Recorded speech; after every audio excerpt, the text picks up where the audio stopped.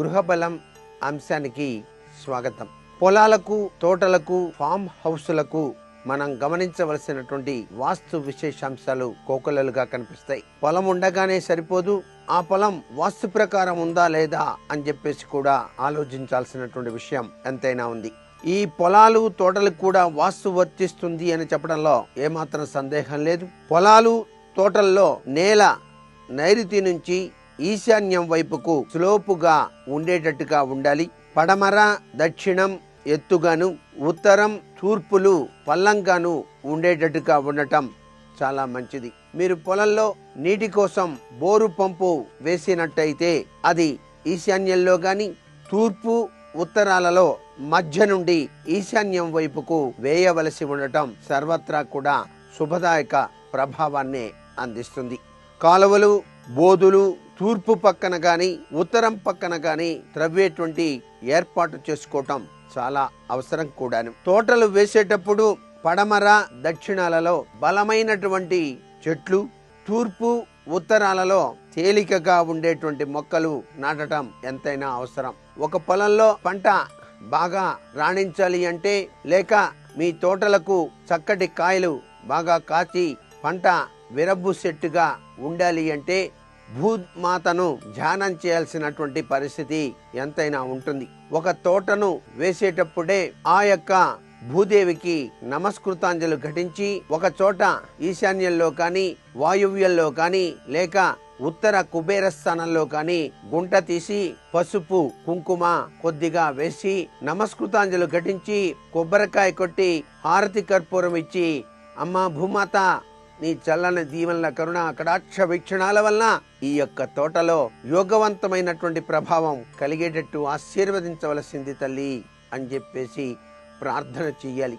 అలాగే విఘ్నేశ్వరుని కూడాను ధ్యానం చేయాలి. అనుకున్న పనులు నెరవేరినట్లయితే, ఓ గణేశ, నీ గణేశ నవరాత్రులకు నా తోటలోని పండ్లలో కొంత నీకు కానుకగా సమర్పించడానికి ఉపయుక్తున్నై తీరతాను అని చెప్పేసి కూడా భావించేటువంటి వాళ్ళు చాలా మంది ఉన్నారు. అదంతా దైవ సంబంధమైనటువంటి ప్రభావంతో కూడినటువంటి విశేషాంశం.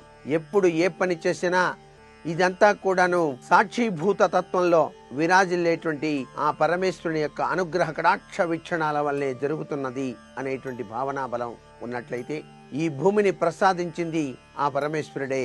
ఈ ప్రసాదించిన భూమిని ఆ స్వామి యొక్క అనుగ్రహంతో భూమాత చక్కటి యోగవంతమైన జీవితాన్ని నాకు ప్రసాదించుగాక అని చెప్పేసి నిత్యం కూడా ఆ భూమికి సేవ చేస్తూ, ఆ తోటలకు పాదులు తీస్తూ దానికి వలసినటువంటి సేవ చేయటం. వృక్షో రక్షతి రక్షితః, వృక్షాన్ని రక్షిస్తే సంతానం అభివృద్ధి చెందుతుంది అని చెప్పేసి మనకు శాస్త్రాల్లో చెప్పిన నిగూఢ రహస్యాన్ని కూడా అర్థం చేసుకోవాలి. ఎవరైతే చక్కటి ఫల వృక్షాలను పెంచుతారో లేక తోటలు వేస్తారో, జనాభాలందరికీ కూడాను ఉపయోగపడే విధంగా ఉండేటువంటి తోటల పెంపకం మీ పిల్లల భవిష్యత్తుకు రాచబాటై తీరుతుంది.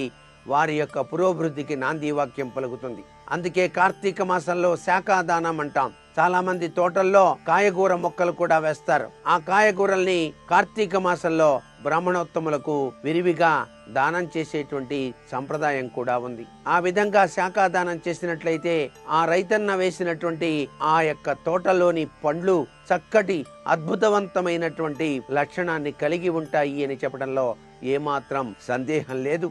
అంతేకాకుండా ఎండిన చెట్లను వెంటనే తీసివేసేటువంటి ఏర్పాటు చేయండి. ఎక్కడా కూడా మీ పొలంలో ఎండిన చెట్లు మాత్రం ఉండకూడదు సుమా.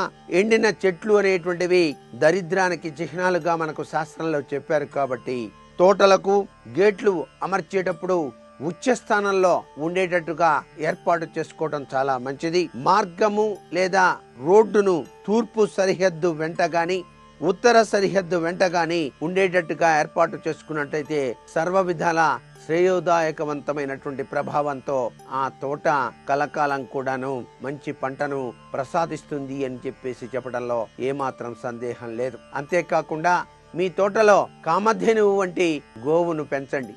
అక్కడ ఉన్న గడ్డిని నిత్యం కూడా ఆ గోవుకు అలా వేస్తూ, ఆ గోసేవ చేస్తూ చక్కటి సంగీతంతో కూడినటువంటి భక్తి తరంగాల ప్రభావాన్ని ఒక చెట్టుకు చక్కగా వేలాడతీయండి. ఈ సంగీత ఝరికి ఈ లక్ష్మీ స్వరూపమైనటువంటి గోసేవకు, ఈ ప్రకృతి మాత తత్వంలో విరాజిల్లేటువంటి ఆ చెట్లకు తెలియని పులకింత కలిగి ఆ ఫలం మనకు అందేటట్టుగా అనుగ్రహాన్ని ప్రసాదింపచేసి తీరుతుంది ఆ వృక్షమాత అని చెప్పేసి కూడా ఇక్కడ గ్రహించవలసినటువంటి ముఖ్య విషయం. అంతేకాకుండా లేత ఊదా రంగులో ఉండేటువంటి ఉమ్మెత్త పుష్పం పరమేశ్వరునికి చాలా విశిష్టవంతమైన ప్రభావాన్ని కలిగిస్తుంది.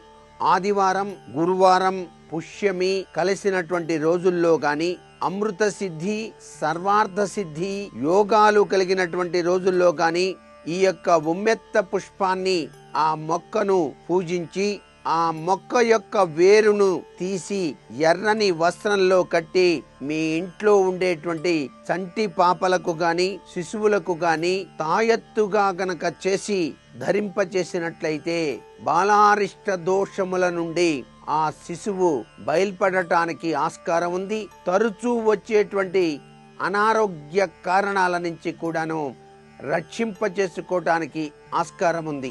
ఇంట్లో పిల్లలు ఆరోగ్యంగా ఉంటేనే కదా ఇంటి ఇల్లాలు ఆనందంగా అందరికీ సేవ చేయటం జరిగేది.